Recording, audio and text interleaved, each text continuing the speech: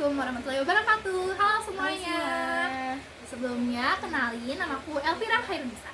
Dan aku Dinda Merikawati.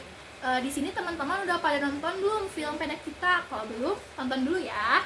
Nah, di sini kita mau ngejelasin ke teman-teman nih tentang tahapan buat ngebuat film tuh apa aja sih? Nah, dalam produksi film ada 5 yang utama dalam proses pembuatannya, yaitu yang pertama ada pengembangan, praproduksi, produksi, pasca produksi, dan yang terakhir adalah distribusi. Yang pertama itu untuk pengembangan. Ini itu bagian dimana kita membentuk ide-ide terus mengembangkannya untuk menjadi konsep yang cocok untuk film. Ada di dalam proses pengembangan ini nih, ada membuat struktur film, membuat naskah, terus menentukan lokasi syuting, mencari kru, terus membuat anggaran dan menyiapkan izin-izin.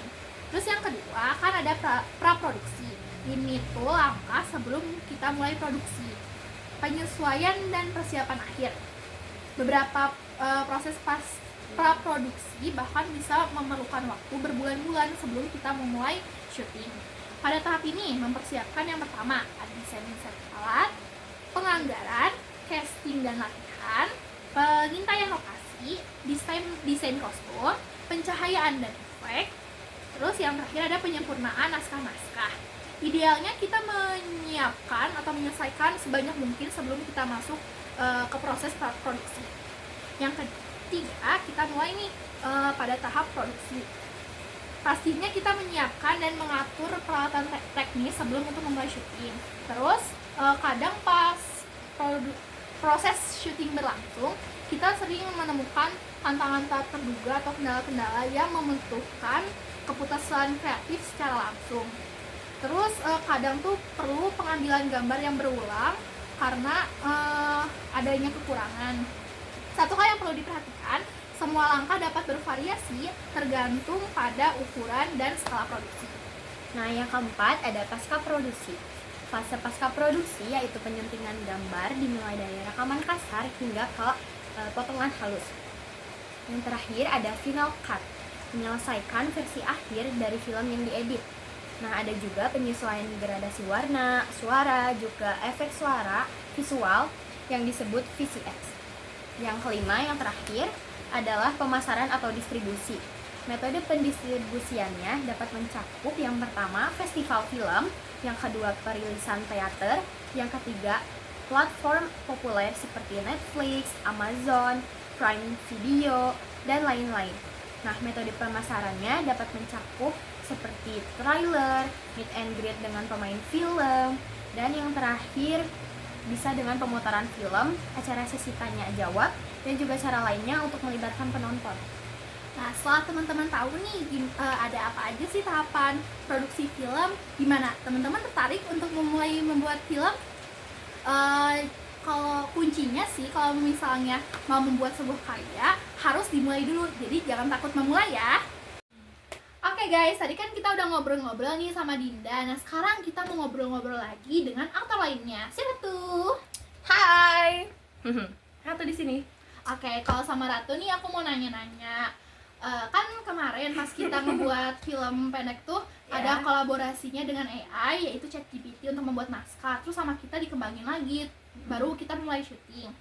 Terus kan sekarang AI itu di masyarakat lagi jadi isu panas. Ada yang pro dan kontra akan penggunaannya. Nah, menurut Ratu sendiri nih, di masa depan bakal ada kemungkinan gak sih si AI itu dapat mengganti manusia, terutama dalam industri kreatif?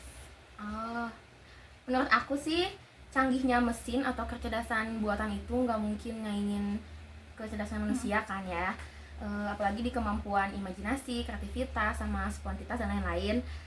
Nggak lupa juga ilmu, tenaga, terus pengalaman yang manusia punya buat Karya itu ya? suatu karya itu kan bahasanya tuh nilai atau harganya itu nggak bisa disandingin sama AI. Gimana pun juga yang buat AI itu manusia kan, jadi intinya nggak bisa nyaingin. Berarti mungkin ada ya nanti kemungkinan untuk produksi film ada kontribusi dari AI, tapi pastinya nggak mungkin bisa 100% ngilangin si kerja manusia di situ. Lagian kan kita manusia itu ciptaan Tuhan ya, nggak mungkin lah ada yang nyaingin. Masya Allah. Oke. Nah, tadi kan kita udah ngobrol-ngobrol sama Dinda dan Ratu. Sekarang kita bakal ketemu satu aktor lagi, yaitu Zahra. Silakan masuk. Hai. Oke. Kalau sama Zahra nih aku mau ngobrol-ngobrol aja.